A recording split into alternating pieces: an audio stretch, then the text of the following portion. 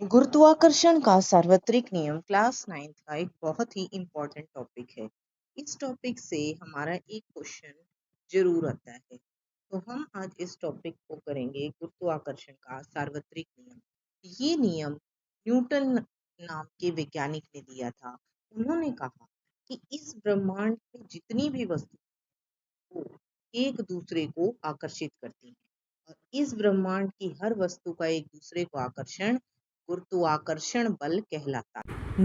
नियम क्या दिया उन्होंने, जिस नियम को गुरुत्वाकर्षण का सार्वत्रिक नियम कहते हैं कि ब्रह्मांड की प्रत्येक वस्तु दूसरी वस्तु को एक बल से अपनी ओर खींच रही है। अब इस बल का माप कैसे मापा जाए, तो ये बल उन दोनों वस्तुओं के द्रव्यमान के गुणनफल के अनुक्रमानुपाती होता है और उनकी दूरी के वर्ग के व्युत्क्रमानुपाती होता है।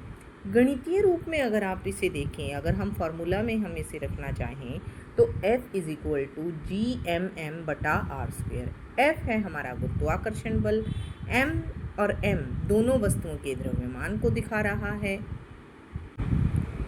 M और M दोनों वस्तुओं के द्रव्यमान को दिखा रहा है, R उनके बीच की दूरी है और G हमारा सार्वत्रिक गुरुत्वाकर्षण स्थिरांक है।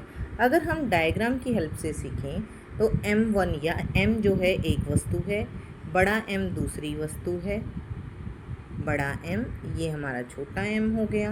इनके बीच की दूरी को हमने लिख लिया R। तो हमारा सूत्र बन गया F is equal to Gmm/r²।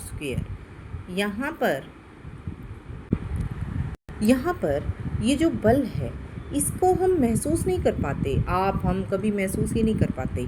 लेकिन बेशक हम महसूस ना करें, पृथ्वी और चांद एक दूसरे को आकर्षित कर रहे हैं, सूर्य और ग्रहों के बीच आकर्षण है, यहाँ तक कि किताब और टेबल के बीच में भी आकर्षण है। अगर गुरुत्वाकर्षण ना होता तो हम जमीन पे खड़े नहीं हो सकते थे, हम सब क्या होते, अंतरिक्ष में तैर रहे होते। यही बल चांद को पृथ्वी के चारों ओर और पृथ्वी को सूर्य के चारों ओर घूमने में लगता है। यहाँ तक कि जब भी आप कोई वस्तु छोड़ते हैं तो हमेशा नीचे गिरती है। Thank you. ये था हमारा गुरुत्वाकर्षण का सार्वत्रिक नियम, जो कि बहुत इम्पोर्टेंट